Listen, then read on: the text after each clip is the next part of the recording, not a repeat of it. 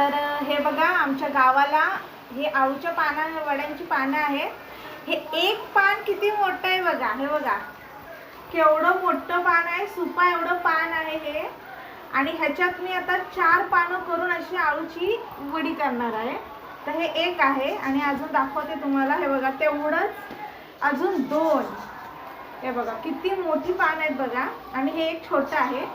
हे आमच्या गावाकडची पानं आहेत, पण किती मोठी आहेत बघा. म्हणजे एवढं मोठं तर सूपच असतं. हे बघा आता मी याची देठं वगैरे काढून ना व्यवस्थित. आता याची किती 1 आणि हे 2 म्हणजे कसं होतं 1 2 3 4 अशी 4 पानं तरी एका पानात होतात. एवढं हे मोठं पान आहे आळूचं.